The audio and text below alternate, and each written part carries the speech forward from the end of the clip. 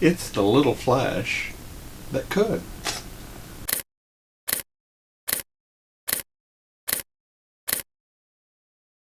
Hey, thanks for joining me.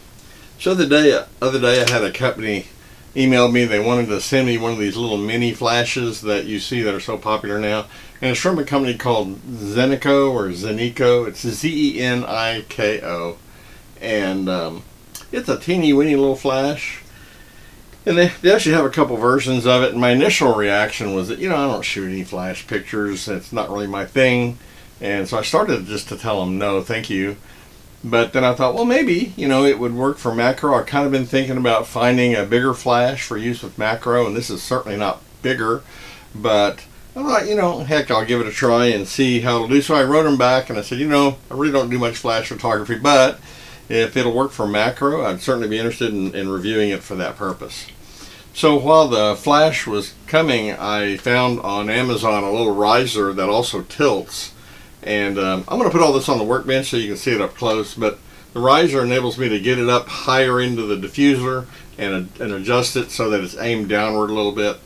And surprisingly, it works quite well. So let's put this stuff on the workbench so you can kind of see the pieces that I'm working with. And you can see if this might be something that's helpful for you. Like I said, I really had thought about buying a bigger flash. And I kind of put it off because even my macro stuff, I shoot mainly available light. But every now and then I do like using a flash for macro use. And so I thought, well, what the heck? It'll be worth giving a try. So let's put it on the workbench. I'll let you take a look at it, and then we'll look at some pictures. We'll see what you think. This is the little flash by Zeniko. I'm not sure how you pronounce it. It's one of the Chinese companies that makes these little mini flashes. It is very compact. As you can see, it's got a hot shoe. Charges with USB-C. It's got a couple buttons on the back. The left button is the power button. If you hold that button down, it'll turn it either on or off. You can see it's on right now, and I've got it on the lowest power setting. You can press this button, and you can change the power setting all the way to high, and then it drops back down to low. Not much to it, it's just a flash. Now, again, this is a fully manual flash. You have to manually adjust the output to help adjust your exposure. Comes in this nice box. It's nicely packaged. And if I can get the box to slide open, it's a very close fit.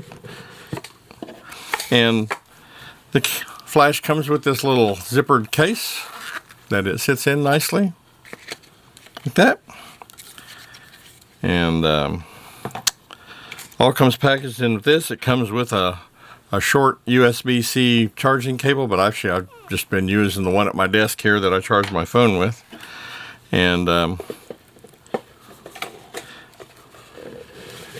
so nicely packaged.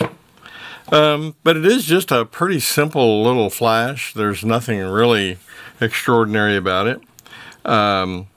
Like I say, it's USB-C, so it's charging on a 5-volt typical phone charger at a half an amp or 0.5 amps, which would be 500 milliamp. It charges in an hour and 10 minutes. Recycle time's about it's close to 3 seconds, and the adjustment from the lowest power to the highest is from a 16th power all the way up to full power.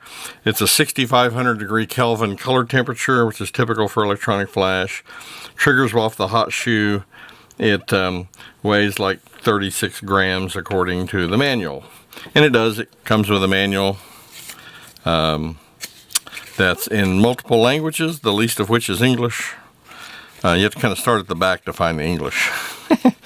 And it's got an auto power off. After 30 minutes of non-use, it'll turn off by itself. And pretty simple. So there's not a whole lot exciting to say about the flash in general, except for me anyway.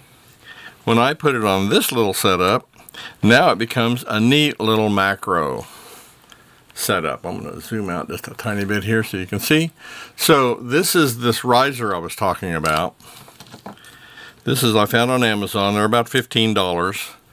And actually, as we're speaking, Amazon Prime, their big sale thing is on, so this is like $13.99 or something. It's a couple bucks off normal price. It's got a hot shoe on the top, and it's got the contact on the bottom. And it just simply slides onto your camera shoe. It's got a locking ring. It also has on the front of it a PC outlet. So if you had a camera that did not have a hot shoe, I believe you could run a sync cord to it. You need a PC to PC sync cord, and you could still use it. But anyway, this allows me to tilt this. It's adjustable. It's just a friction thing, but you can actually grab it and just tilt it to the angle you want. And put your flash on it. And this makes the little mini flash high enough that it's hitting my diffuser, high enough to actually do some good. Now on this 30mm Olympus lens, the diffuser sits all the way at the back. That's the only place that it'll kind of hang on to. The front of the lens doesn't really have anything to hang to. If I'm using like my 40-150 zoom lens with the close-up lens on the front of it, then I can move the diffuser out further, or on my 55 micro Nikkor, this sits out further. So just kind of depends. This is just that simple diffuser that I've showed this in a video before. It's just some plastic translucent sheet material and some Velcro that I made. Just real simple. But anyway, it works quite effectively, and you can see that if I trigger this, it's got a lens cap on it, so it's not even going to be able to focus. There it goes. Even on the lowest power setting, I had to run my ISO down to 200 and then use an aperture like f8, f11 up close. If I got a little further away, I might open up to 5.6 or maybe f4, but really I wasn't... I was a little worried I might have to stop the lens down more than I really wanted to. I don't like stopping my lenses down too much on micro four thirds because you run into diffraction limiting. So it's a nice compact little setup. It seems like just the right size kind of thing you want for micro four thirds. And this is on my EP5. But it's a neat little setup. So this flash on Amazon right now is on sale for, and again, Amazon Prime is going on, so it's like $27.99. Normally it's like $33.99, so it's like $34. So it's not very expensive, very affordable little flash. Now the EP5 has its own built-in flash, but if you have a small camera, like a lot of the film rangefinder cameras that are popular today, or even a small digital camera, and you just want a general purpose flash, I'm sure it would work just fine for that. Like I say, though, it is fully manual, so you'd have to take that into account. But for macro use, that really works quite well. I can take a picture, look at the screen, see what I need to adjust, and then if I need to make an adjustment either into the flash output or to the aperture of the lens, I can easily do that. I took all my macro pictures. The macro pictures I'm going to show you were all basically between f4 and f11, depending on how close I was. Most of them were around f8, f5.6, and the flash was always on the lowest power setting. I never had to turn it up off the lowest setting.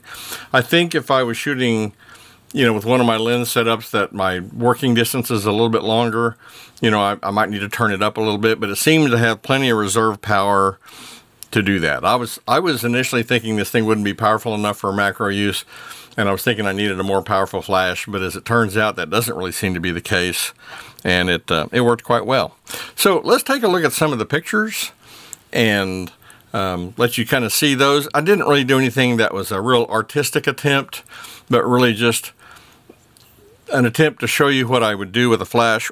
Typically when I use flash to illuminate a macro image, I'm doing that because I want to drop my background down to dark or maybe even black, so to really accentuate the subject.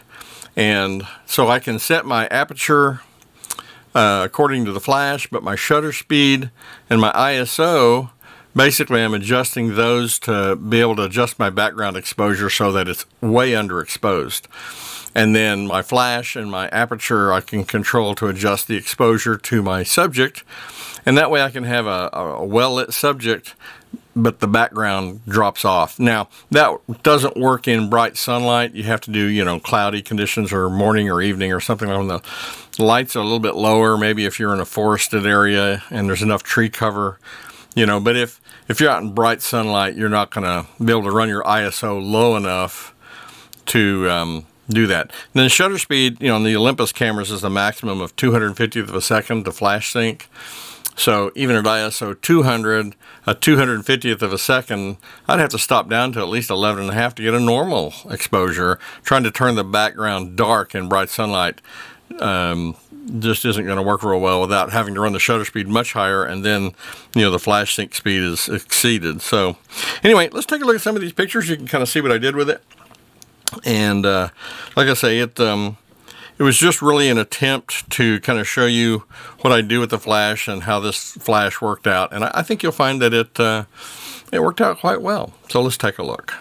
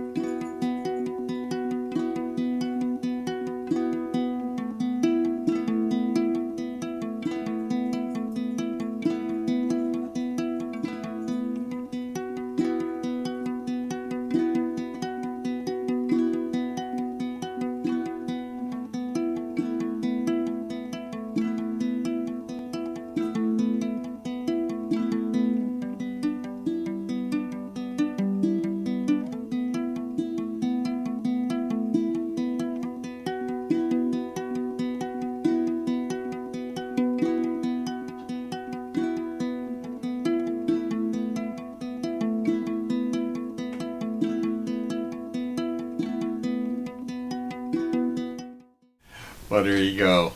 This is the ZF08 mini flash by Zeniko. It's a pretty capable little flash. I was kind of surprised. It seems pretty well built and functions just like they say it should.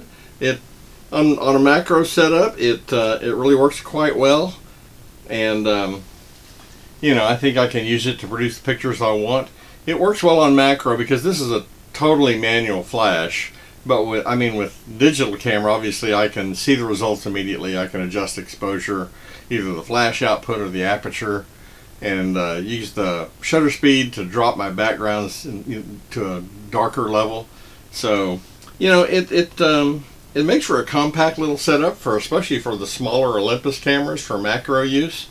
I think it's going to work pretty well. So I'm pretty happy with it. Anyway, I hope some of that was helpful. If you have any thoughts or questions, please don't hesitate to leave me a comment. I always love hearing from you. And as always, thanks for watching.